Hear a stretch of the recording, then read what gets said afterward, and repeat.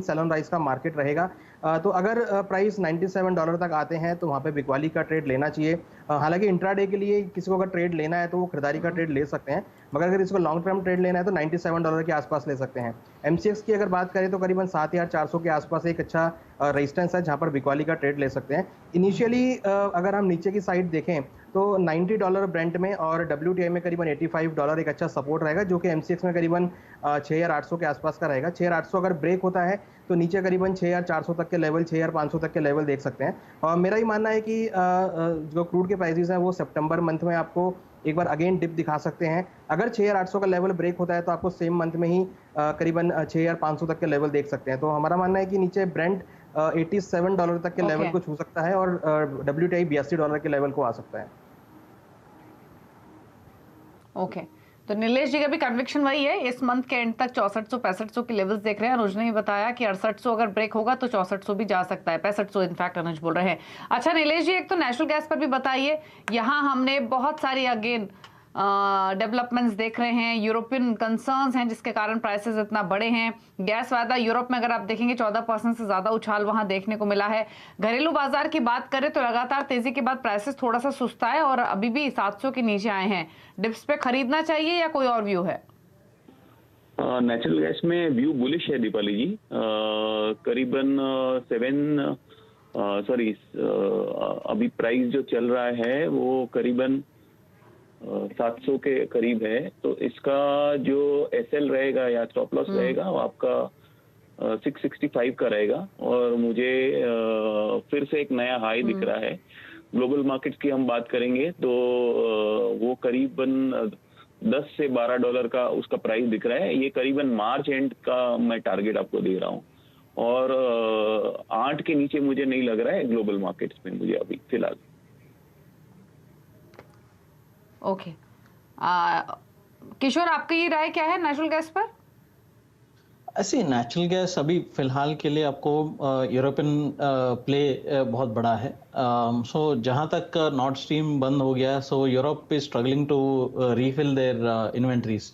सो आपको alternate LNG जो available है वो यूएस गैस है। सो जो हम लोग एमसीएक्स में जो ट्रेड करते हैं यूएस गैस ट्रेड करते हैं। हाल फिलहाल के लिए इसमें तेजी बने रहेगा बिकॉज सेंटिमेंटल भी तेजी है, एक्चुअल फिजिकल डिमांड भी तेजी है बिकॉज ये इन्वेंट्री भरने के समय है। जैसा आगे जो विंटर का प्रिपरेशन में इन्वेंट्री भरेंगे। सो और दूसरी साइड है कि ऑल्टरनेट फ्यूल्स काफी हद तक एक्टिवेट किया गया है, न्यूक्लियर फ्यूल ऑल्टरनेट एक्टिवेट किया गया है यूरोप में। कहीं ना कहीं ये एक्चुअली स्ट्रेटेजिकल शिफ्ट हो रहा है with in the Europe on the gas usage. मेरे हिसाब से शॉर्ट टर्म यस तेजी बरकरार रहेगा, बट लंबे अवधि में इसमें सस्टेन करना थोड़ा सा डिफिकल्ट है। ओके, ठीक है, तो ये प्राइसेस पर व्यू मिला आपके नेचुरल गैस की। लेकिन चलिए आगे बढ़ते हुए बात सोने चांदी की भी कर लेते हैं। थोड़ी रिकवरी आपको चांदी और सोने में आज दिखाई देगी। चांदी ज्यादा रिकवर हो रहा है क्योंकि बेस मेटल्स में भी जो रिकवरी है लोअर लेवल से, उसका भी एक सेंटिमेंटल सपोर्ट चांदी को मिल रहा है। फिलहाल 1% के आसपास भाव ऊपर है, 53,800 के ऊपर कारोबार कर रहा है और गोल्ड वहीं आपको 50,600 के नजदीक ट्रेड करते हुए दिखाई देगा। किशोर, क्या रहा है गोल्ड सिल्वर पर? इनफैक्ट क्या सजेशन आप अपने क्लाइंट्स को दे रहे हैं इस समय दोनों ही कमोडिटीज पर, क्योंकि एक करेक्शन के बाद अब प्राइसेस थोड़ा सा कंसोलिडेट कर रहे हैं मौजूदा लेवल्स के आसपास, लेकिन ऊपरी स्तरों से काफी नीचे आ चुके हैं। क्या करना चाहिए इन स्तरों से? दो न्यूज इसको थोड़ा बहुत इसको सपोर्ट किया है हाल फिलहाल के लिए। जो पिछले फ्राइडे का जो जॉबलेस नंबर्स है, जो जॉबलेस रेट जो है, मतलब अनएम्प्लॉयमेंट रेट जो हल्का सा बढ़ के आया है, वो बहुत ही पॉजिटिव न्यूज है कि आप बोल सकते हैं कि अनएम्प्लॉयमेंट बढ़ना कैसे पॉजिटिव हो सकता है। Because one of the biggest problem क्या है कि इन्फ्लेशन के लिए कि लेबर फोर्स जो है वो बहुत ही टाइट है, अवेलेबिलिटी ऑफ वर्कर्स नहीं है, इसकी वजह से वेजेस बढ़ रहे हैं, उसके वजह से इन्फ्लेशन बढ़ता है। तो हाल फिलहाल के लिए अनएम्प्लॉयमेंट रेट हल्का सा 3.7% हो गया था।